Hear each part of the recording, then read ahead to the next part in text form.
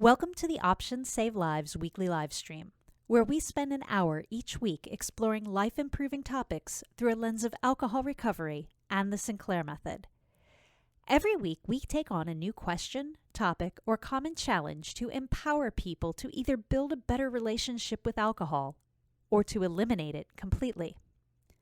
Episodes are filmed live on Twitch at twitch.tv/C3 Foundation, and the audience is encouraged to ask questions and engage with the host and guests.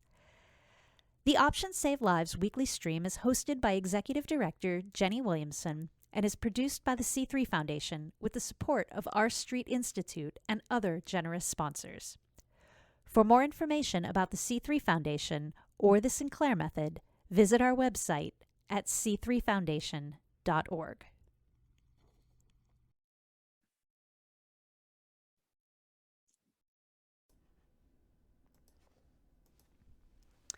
Hello, everyone. Thank you for tuning in to the Options Save Lives weekly live stream. Sorry we're getting a little late today, a little late start, but that's what happens when you've got a busy man actually still working with patients as your guest. So the patient comes first. So we got a little delay, but we're only a couple minutes late. So hopefully everyone can stay with us for the full hour. How is everybody today? So we are broadcasting live from the C3 Foundation office here in Fort Myers, Florida. Love to hear where everybody's watching from today. And if you are a first-time watcher to the stream, welcome. Let us know in the chat. So this week, we're going to talk about boosting endorphins while on the Sinclair Method with Dr. John Umhau. We wanted to talk about this today because so many people have questions about endorphins, from people who think they have to completely avoid endorphin-producing activities on their drinking days, to people who think boosting their endorphins requires something bold and extreme. So if you guys have questions while we're talking or suggestions that you've done personally, go ahead and put those in the chat box to keep things interactive. So before we jump in, let me properly introduce our guest for today. Dr. Umhau is a medical director of alcoholrecoverymedicine.com, where he provides addiction medicine consultation through telemedicine. For over 20 years, Dr. Umhau was a senior clinical investigator at the National Institute on Alcohol Abuse and Alcoholism of the National Institutes of Health and has authored more than 50 scientific publications. As a former commander in the United States Public Health Service, he also served in the Indian Health Service and the FDA. Dr. Umhau completed a residency in clinical preventative medicine at Johns Hopkins and is board certified in both addiction medicine and preventative medicine.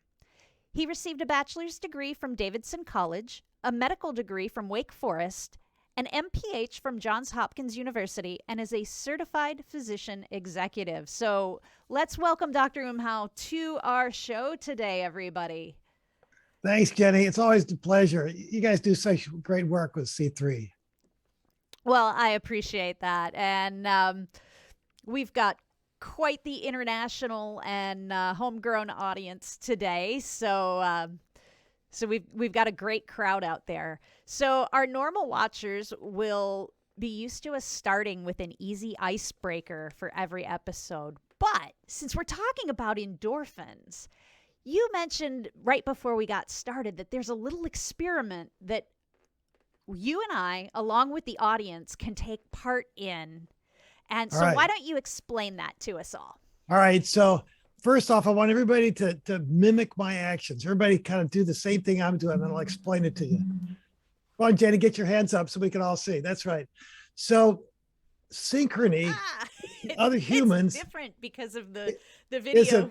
Is a big deal. Right. So, but we're in sync, right? So this is a special thing that humans do. Endorphins are designed for pro-social activities in humans. There's a whole theory about the brain involvement in opiates to promote social cohesion. And they've done experiments to show that endorphins are boosted when people do things in synchrony. You've ever heard of rowers high? It's when all the rowers are rowing exactly in synchrony.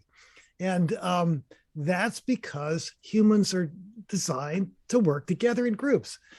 Actually, the more cohesive groups of societies, the more cohesive societies have more sensitivity to the endorphin receptors. It's really fascinating. So there's a research study which we're mimicking right now. And what happened was in two conditions.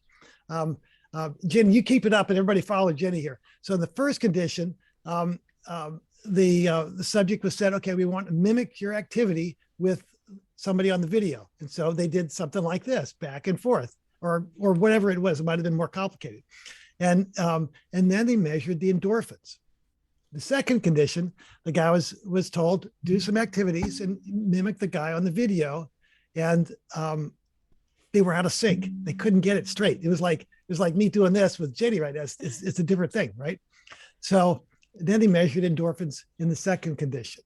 So in the first condition, the endorphins with synchrony were elevated. All right, let's get it. So in the first condition, the endorphins were elevated, and in the second condition, they were not. The synchrony is critical. So, for instance, my wife was doing an experiment with me when we first learned about the synchrony thing, and so she loves to sing to the 70s songs on the radio, and I listened. But this time, I sang with her because I said, this is going to give more endorphin boost because we're in synchrony. And in fact, that's what she says. It's more fun to sing with you. And that's the synchrony that we're talking about. Now, okay, Jenny, be honest. Did you notice any pleasure from doing the hand movements together? I noticed a little frustration that I couldn't, my brain kept flipping the video and not, and so since my video flips differently on, it just I was just putting so much brain power into trying to get it right. I'm one of those people, I want to do things well and I want to do it right. And so I'm like, I gotta wait, I'm not on. Well, I'll just start off and say, I'm fascinated by humans, and the research that's been done about endorphins is fills textbooks, lots of information. But unfortunately, we don't have a whole lot of research on the Sinclair method. And that's something that we really need to work on. We need to have people that are going to donate money to research projects that are just devoted on Sinclair method. And that includes endorphin research, naltrexone research related to the Sinclair method. And there are lots of things that are real practical that if you're not doing the Sinclair method, you don't need to know. But doctors really would benefit from knowing more about how to recommend naltrexone, what to tell their patients. And so we need research about that. So anyway, I'll be talking to you as best I can based on the research that we do have. And I'm not an expert in this. Jenny asked me to do the talk about endorphins.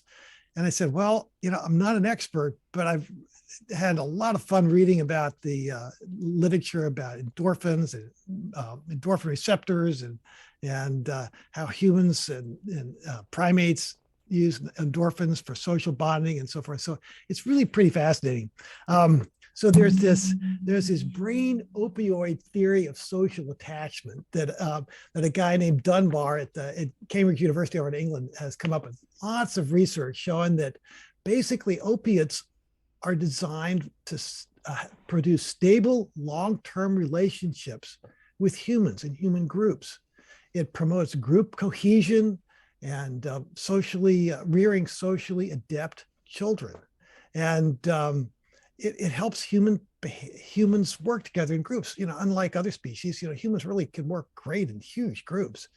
And endorphins are for that. People ask, well, why do we have endorphins? It's important to know. Endorphins are not just there to, get us high when we're drinking or shooting up with heroin. Endorphins are there to promote social behaviors. So you mentioned there's a lot of there's a lot of literature about it. There's a lot of people. I did a Google search and there were an unbelievable number of hits returned. Why do you think people are so interested in endorphins to begin with? Well, they try. One of the big problems today is getting endorphins the unhealthy ways, and the brain is, people are fascinated by the brain. There's all kinds of neurotransmitters, there's dopamine and serotonin and all these other ones. And all of those have important effects to drive our behavior. And in a certain sense, the brain is redundant. There are lots of systems that do the same thing. So if you block all the receptors with naltrexone, you're still fine. You still live a normal life, but there's other aspects that you miss out on. And I think that because opiates are involved in so many behaviors, they're involved in sex behavior, they're involved in maternal-child interactions, separation distress, pain, gregariousness, that characteristic of humans that we like to be together with other people, social bonding and touch, all these things that talk about play, particularly rough and tumble play induces endorphins, is driven by endorphins, and social memory. All these things are driven by endorphins. So it's naturally that humans would want to know about them. And when you were doing your reading, what sort of myths or misconceptions did you encounter, or had you heard prior to your research on them? So one of them was that you get endorphins from exercise, which you do sometimes, but not always. So the results of exercise-induced endorphins is kind of mixed. It's sometimes you get it, sometimes you don't. But what's fascinating is it seems like the emotional, the thought about exercise is important. Maybe because it's play. We get endorphins from active play. And we get endorphins from other people. So for instance, you can do exercises in the basement, working on your lifting weights, or you can go to a gym with a coach, right? Or you can ride your exercise bicycle in the basement, or you can go to spin class. You can do, Tai Chi alone in the basement. But if you guys seen the guys that do Chinese exercises in the park, they're all in synchrony. They're in synchrony maybe because they're driven by endorphins to get more pleasure out of the exercise. That is it's so interesting because I saw that there were some mixed information about exercise too, where it's like to a certain point, and then beyond that certain point, it almost has the same effect as like addictive endorphins. Yeah, we're made to do things with other people, and so before we had naltrexone or any of these medicines, I was working with people who suffered from alcohol use disorder, and we had groups like Alcoholics Anonymous, and that's what it worked. People would go to these groups, and they would feel cohesive, and they would get endorphins from being in a group, supportive, and they were active. Are you accidentally hitting your mic? Oh, sorry. Yeah. Okay. So that was me accidentally. The sound's hitting my coming mic. through. Yeah. So we know that Alcoholics Anonymous works, and certainly one of the things about going to a group where if you've ever been to an Alcoholics meeting, at the end of the meeting they'll hold hands and say keep coming back and interact with each other. And those interactions are active, and they'll say the 12 steps together, and then sometimes the 12 traditions. And so that synchronous activity that they do is going to create endorphins. It's going to keep them bound to that group. They're like drawn to come back to the group. And if it's a good group and they're trying not to drink too much alcohol, then it's going to be really helpful. Here's something interesting. That also sounds like it would explain why those who have cognitive dissonance about not aligning with certain principles in AA would not feel that cohesion, and therefore it would be harder, much more difficult for it to work for them because they don't align with that thinking, which is that personal preference. It's fine. There are plenty of groups that are both, there's smart recovery, there's moderation management, there are the Zoom groups for TSM every day. So there's a lot to choose from to find what a person can align with. It's really true. So here's what's fascinating about the endorphins. So you get endorphins from participation in religious ceremonies. So they compared like active religious ceremonies where you stand up and you sing and maybe even clap versus a quiet prayer meeting. The quiet pyrimidine doesn't induce endorphins the same way that the active one does. And that could be why some of these groups are producing recovery, because people are able to replace the endorphins that they get when they're not drinking with a more positive type of activity. Interesting. So one of the interesting things I learned while I was preparing was that adrenaline is a type of endorphin. Like there are did you see there are 20 different types of endorphins in Well, 4 different right, categories? Like right. there are a lot of them out there. There are a lot of different encapsulations. All these things. I'm not an expert on this, Jenny, but we think about beta endorphin hitting the mu opioid receptors being the one that's mostly involved with social cohesion and pain. So it treats not only physical pain but emotional pain. So if someone has either of those, the healthy connection is to get together with other people and be around you. So in the olden days, if someone in your family died, the whole community would come around and sit with you and be with you and have support in that way. And that's a healthy way to replace the normal sadness that takes away endorphins. You need endorphins to treat that kind of pain. Whereas if you can't get together, then alcohol is a great substitute. Of course, we see a lot of folks that start drinking excessively when they lose their spouse, either to death or divorce. It's sad.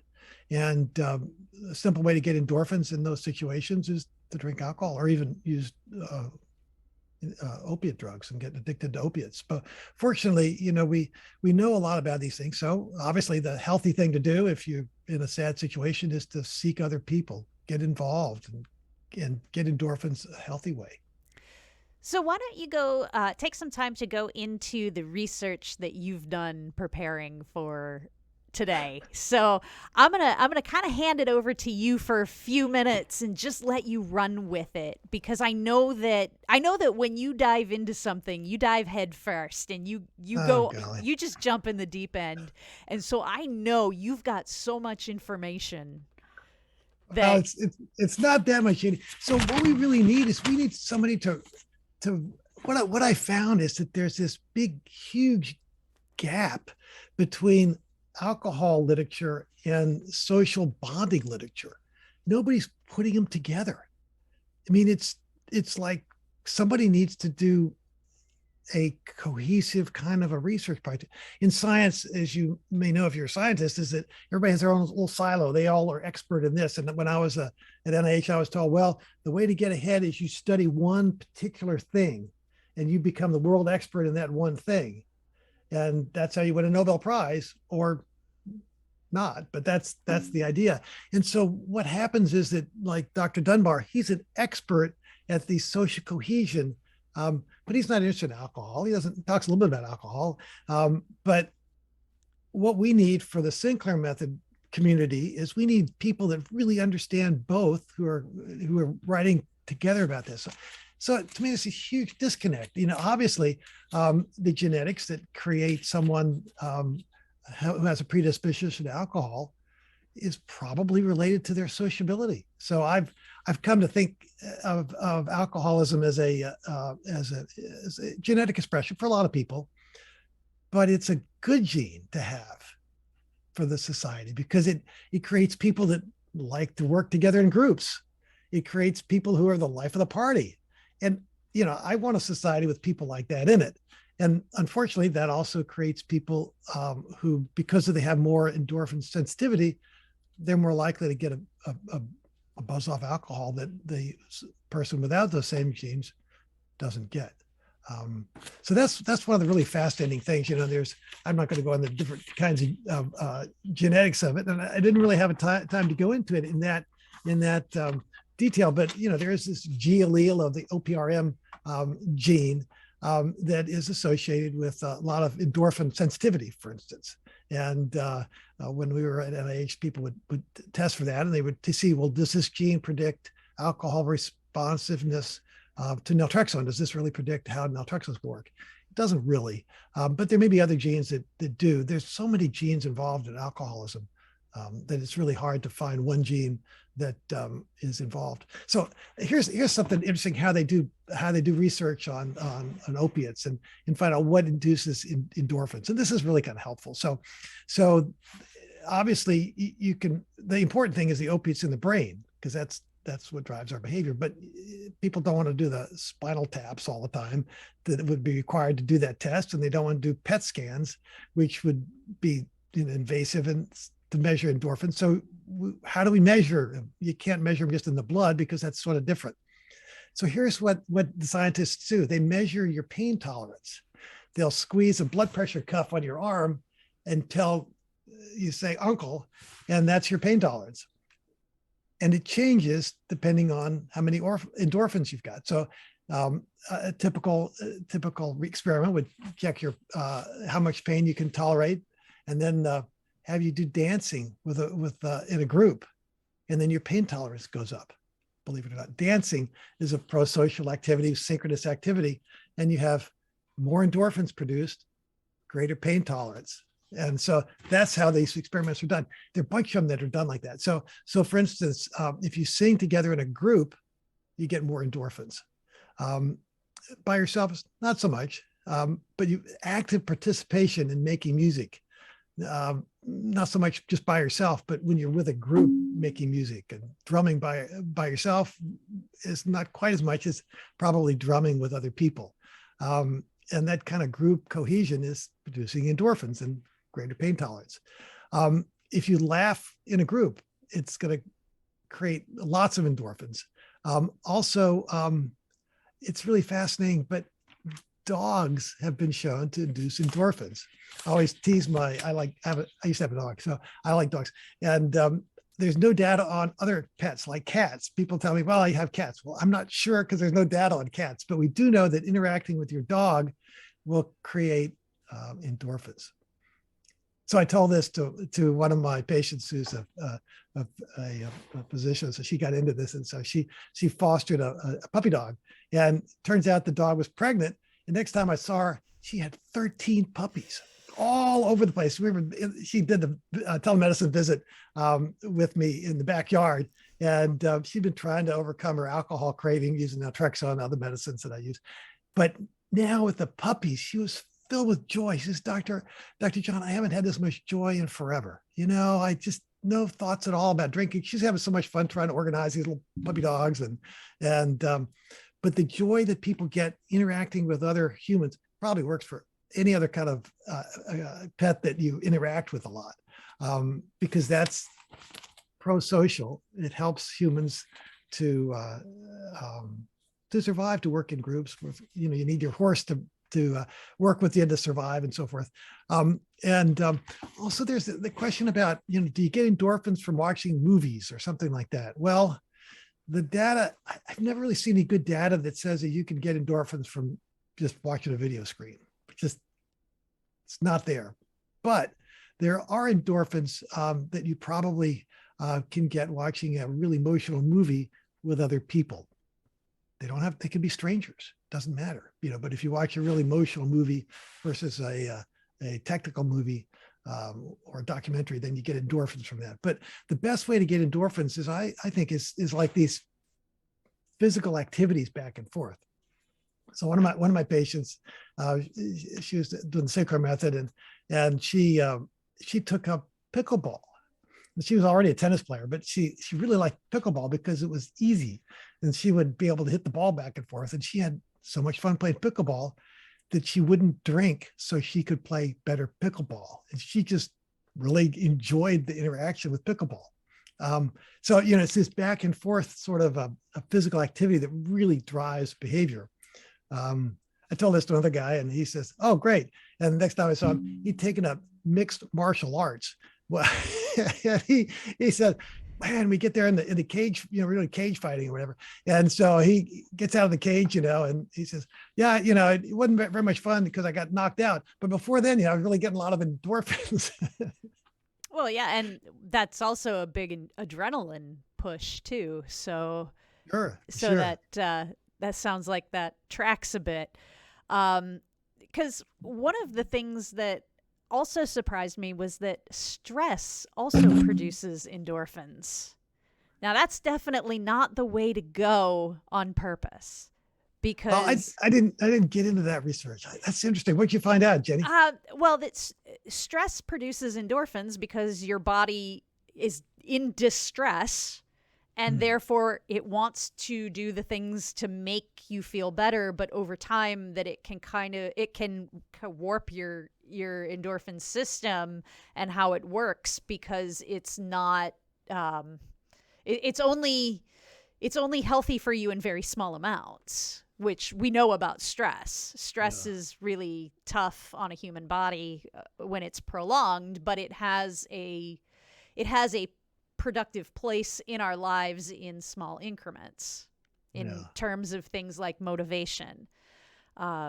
It keeps us moving forward. So that was something that I thought was interesting. Now, for those who don't know, you focus a lot on nutrition and on whole person wellness as part of the recovery process, which is awesome with TSM, because we talk so often about it being more than about just simply reducing or eliminating alcohol. It's about increasing your quality of life while you're reducing or eliminating alcohol. So can you talk a little bit about how nutrition, overall wellness, and endorphins are linked? So that's a good question. And I didn't find any data about that though, Jenny. Anecdotally, what I've noticed, and if I could share screens, I would, but I show this picture of two MRI scans of brains. I don't think I've showed this to your group before, but there's a stark difference when somebody's a heavy alcohol drinker. The brain is atrophied, shrunk, and you can see that clearly, that the 43-year-old woman with alcoholism, her brain is much smaller, and there's lots more empty space versus the 43-year-old woman who doesn't have heavy alcohol consumption. And it's a striking difference. And it's like, how can you expect the person with the atrophied, shrunken brain to respond to cognitive behavioral therapy? It doesn't make any sense that you would expect that. It doesn't make any sense that they'd be able to respond the same way to normal endorphin behaviors. Their brain has kind of become just dealing with basic functions. So a basic function of getting the endorphin from alcohol is pretty much what the person could be expected to do. So in my practice, I oftentimes push omega-3s because that's really critical for brain function. That was my research at NIH, is looking at the brain uptake of omega-3s, which is much increased when people stop drinking. Here's really the good news, though, that I always really love to tell people. If someone stops drinking, after 6 weeks, their brain has regrown 2% in volume. It's a huge brain growth that occurs naturally, just the normal diet when someone stops drinking. So what I do when someone is in the Sinclair Method mode, where they're trying to cut down, is I'll push all the nutrients that have been proven to be reduced in alcohol drinkers. And it really helps. Sometimes it just clears up their mind and they can really think so much better. And they said, well, I can really do this Sinclair Method thing now. Or sometimes they can say, I'll just stop drinking. I don't want to drink anymore, just based on only the nutrition before they've even tried the naltrexone. So, in your research, did you come across anything where you could talk a little bit about why it's important to not ignore the other so-called feel-good hormones like serotonin, dopamine, and oxytocin? Well, because everybody focuses so narrowly on the endorphins, and yet they're not the only things involved in helping a person feel good. Because one of the fears that many people come into the Sinclair Method with are, well, if it's going to block my endorphins, then I'm just going to be depressed forever. And so I'll never be happy if they're blocked. So let's talk about how it's important not to ignore the other ways, the other hormones that can help a person feel better. That's a great thing to think about. Humans are designed to have redundant systems. So if you take away the endorphin system entirely, you're still going to have a happy time. You'll be able to get joy and pleasure from all these other systems. The oxytocin will drive social bonding. The serotonin system will make you feel satisfied and so forth. And sometimes it's the perturbations in these other systems that can be fixed with medications. So like I use microdose ondansetron to fix or theoretically fix the serotonin transporter problems that some people with certain genetics for alcoholism have. And it's like magic. It just stops their drinking. It's not an endorphin driven behavior for them. It may be some kind of serotonin interaction with endorphins kind of thing. So these other systems are really important. But the brain is so complicated. We just don't know what affects anyone else.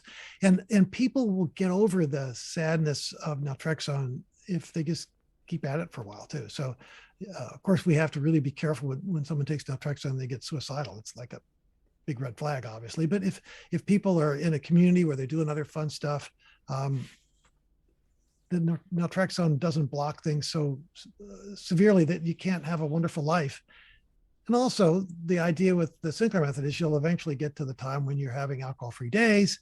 And then those days you really can enjoy life to the fullest, and alcohol becomes less and less important. And one of the interesting things, since you mentioned the potential for suicide, is that in the clinical studies for the approval of naltrexone originally, they actually showed that was a higher there was a higher rate of suicidal thoughts in the placebo group than there was in the naltrexone group. So for anyone who heard that the word suicide and suddenly became scared, there's a bit more to that context. And I always thought that was interesting that it was actually higher in the placebo group. Well, the same thing about, people are worried about the liver function problems with naltrexone. I always check liver functions in my practice, but if you stop drinking, your liver is going to get better. So sometimes, even though you've got a bad lab report from your liver functions, you give naltrexone and they get better. And that's always important to realize also. Yeah, absolutely. Because that is another one of the big fears. So let's talk a little bit about the naltrexone blockade. Now, is naltrexone blocking all of the endorphin receptors, or is it blocking enough of the receptors?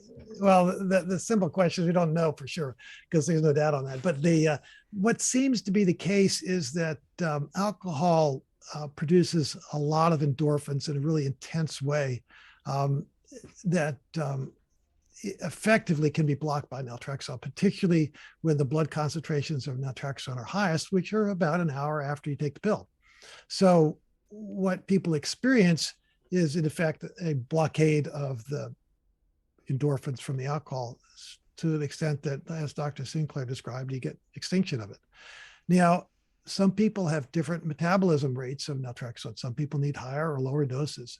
And one day we'll be able to have the research to be able to say, okay, well, check your naltrexone level at this time after you took the pill, and you're a fast metabolizer. You need to redose at a certain time. And we'll check your naltrexone level 5 hours later. Is it too low to be effective, and so forth? We'll kind of know that, but right now we don't. So we have to really think carefully about how long the naltrexone's going to be effective. Some people really find that the craving for alcohol is less, even many hours after they've taken the naltrexone.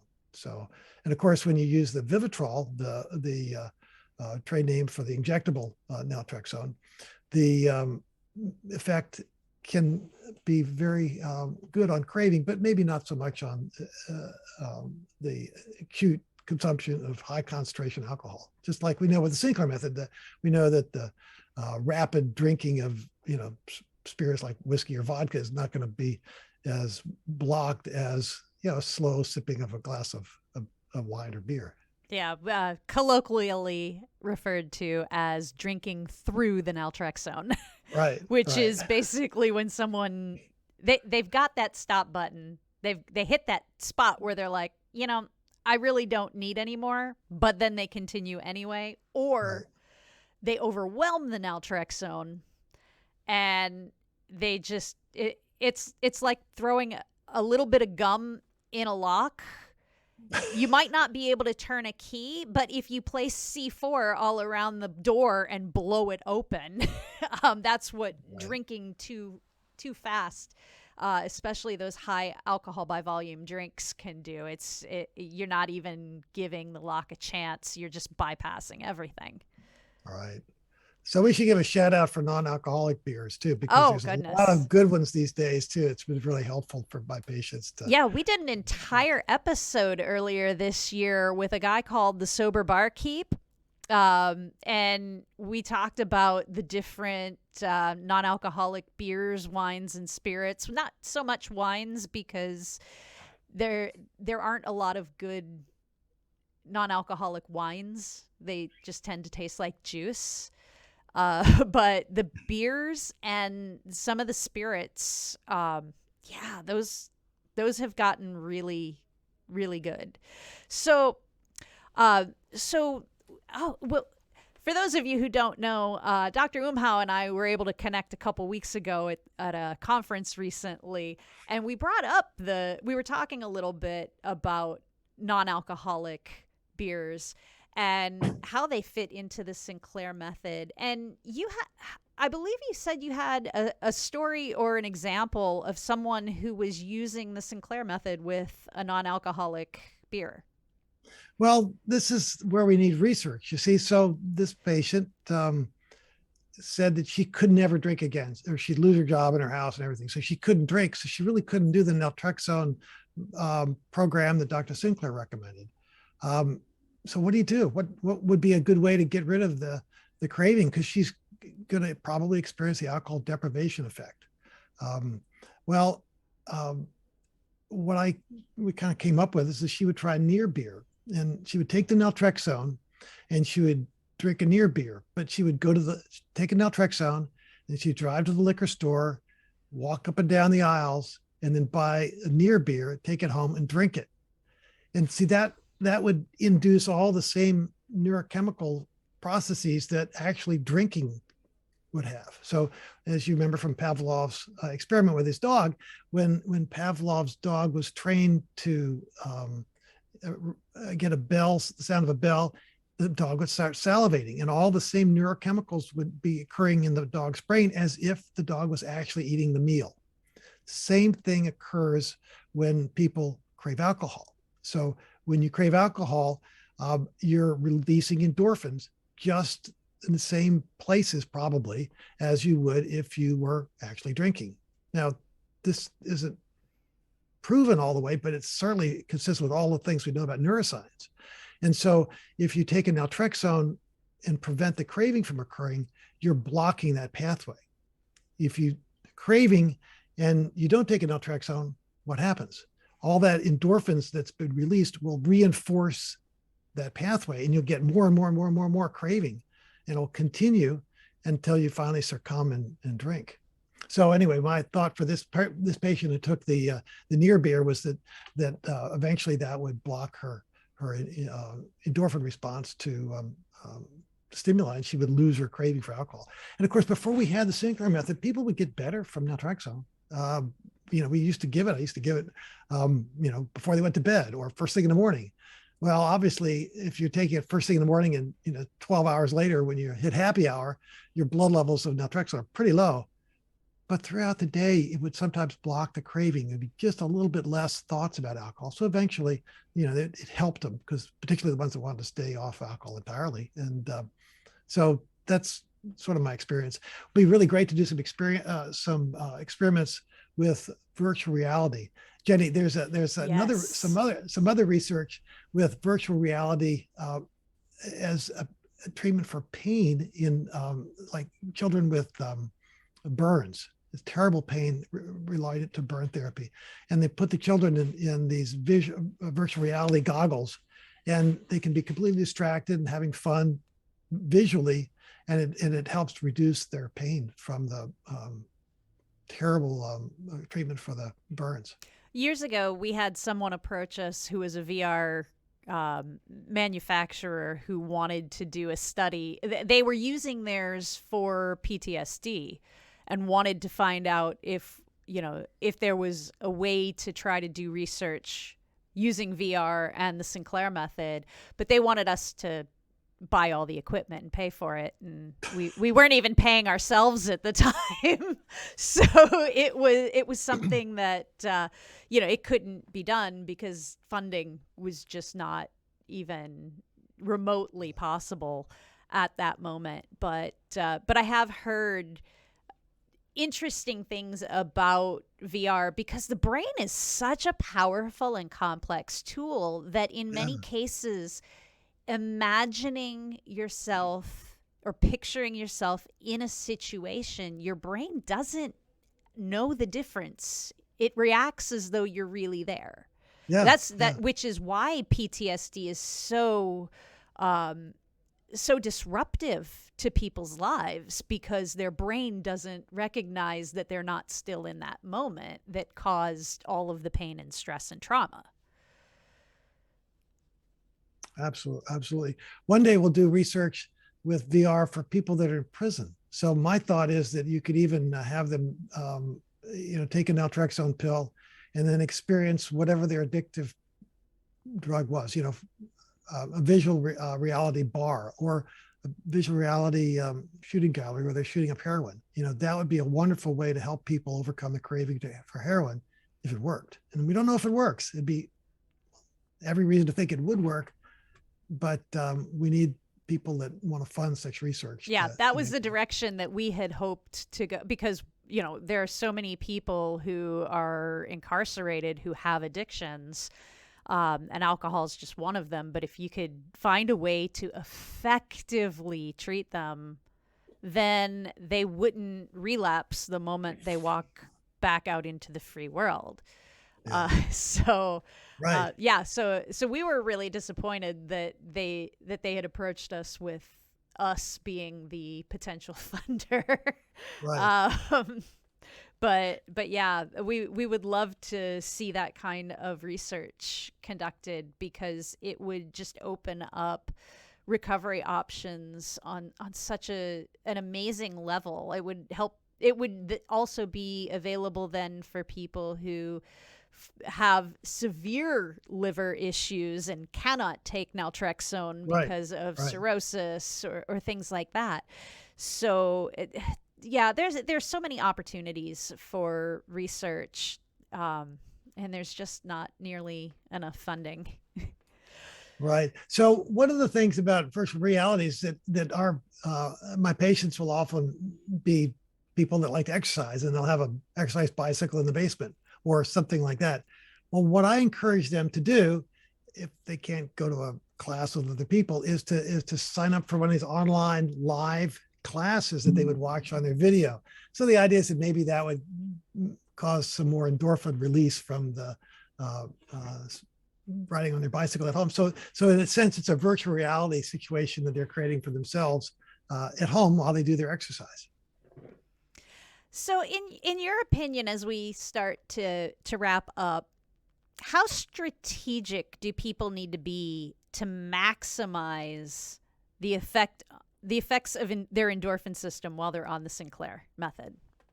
Well, the thing that I always push is that to recover from alcohol use disorder, it's more than just taking a pill, or even it's more than just eating well. You really need to fill your life with other people and social interactions. That's what humans are made for.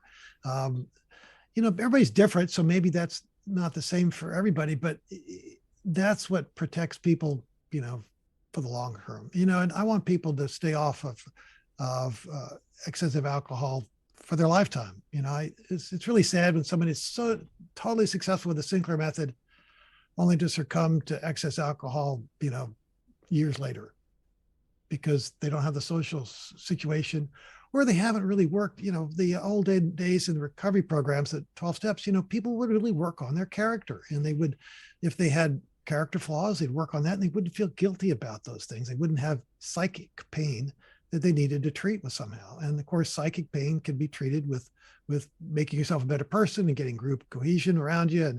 And those kinds of group things really protect people from ever needing excess endorphins that they would have gotten from drinking.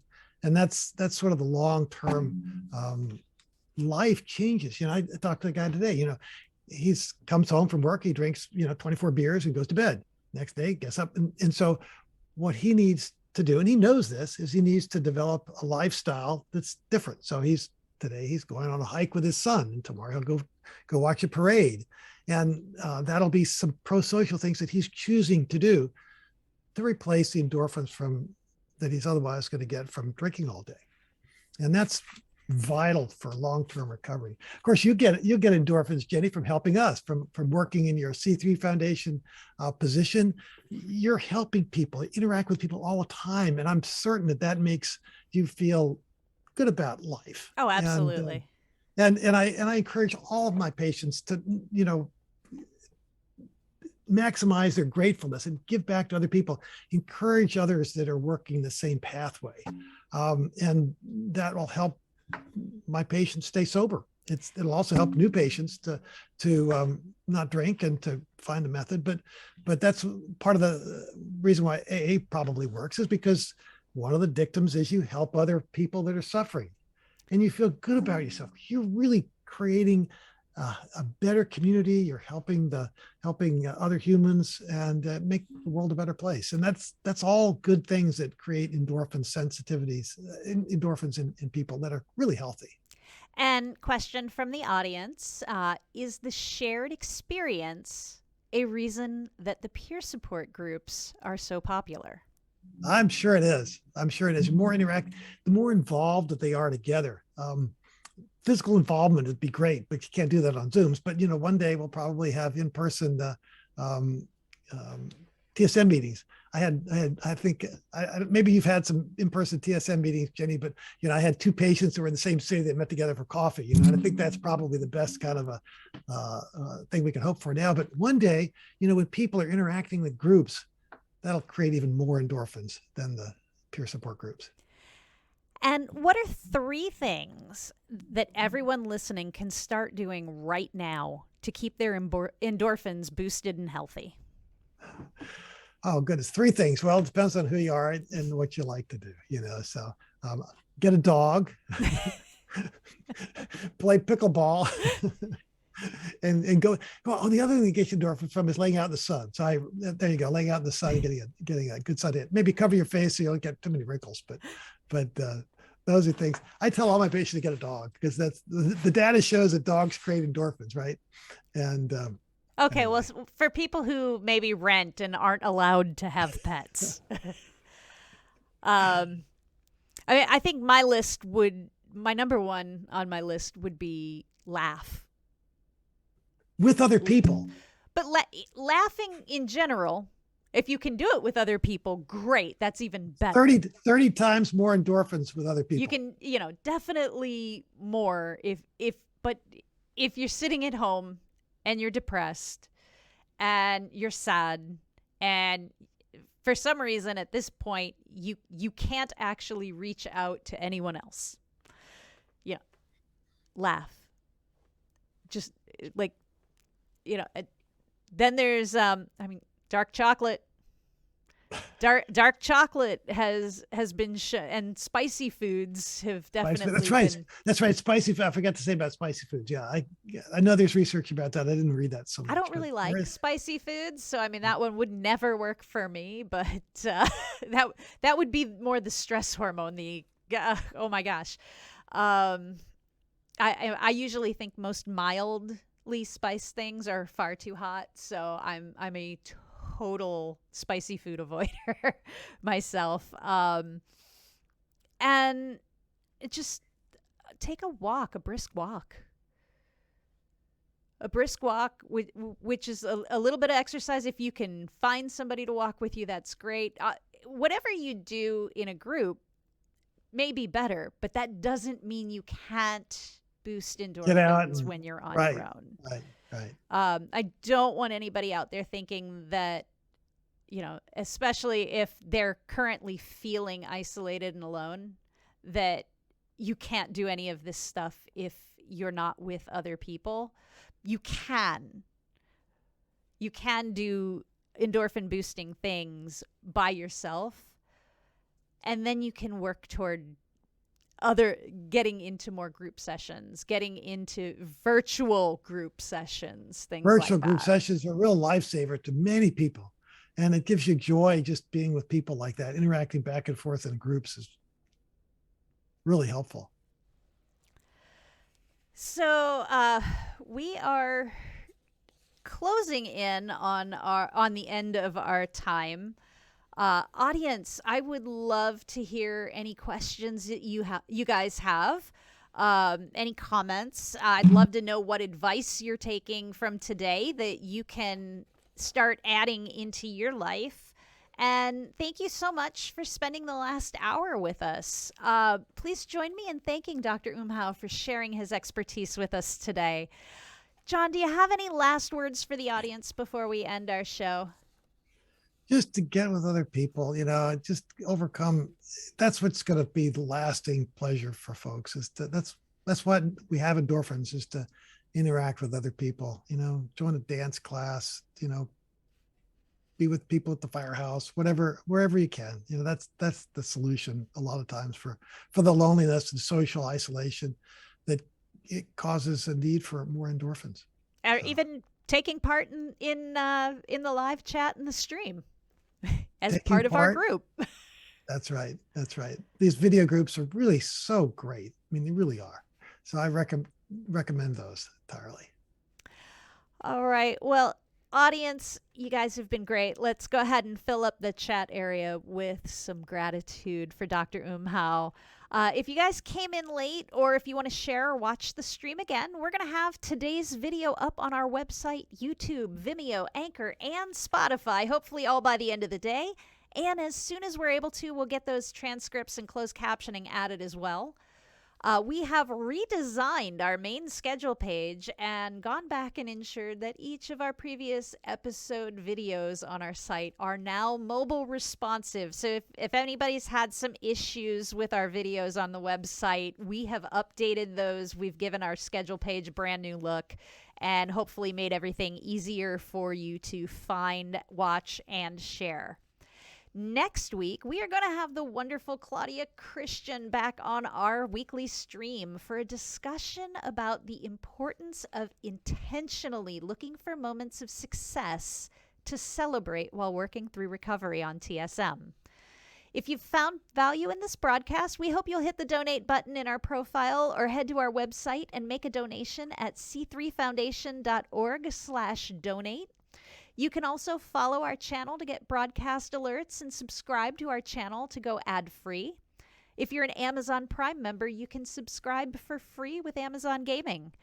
You can also send gift subscriptions to other viewers, cheer, drop bits, host our channel for your followers to see, and any and all of those wonderful things that Twitch allows you to do. If you're on the Sinclair Method and you're looking for more peer support, or you just want to join the C3 Foundation community, we've got you covered with groups on Facebook, Discord, and the Options Save Lives forum. So everybody, that's it for today. I hope you have a wonderful weekend. Be gentle with yourself and with others, and I will see you right here again next week on Twitch at noon Eastern Time. Bye, everybody. Everybody, you feel better. Things are going to get better, you guys.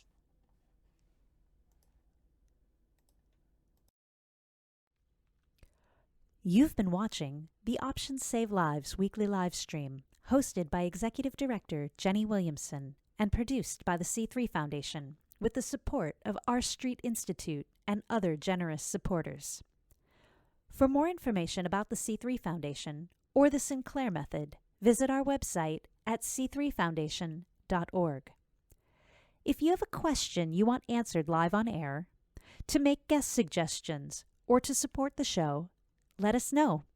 You can reach us through our website, Twitter, Facebook, Instagram, or on Discord. Join us each week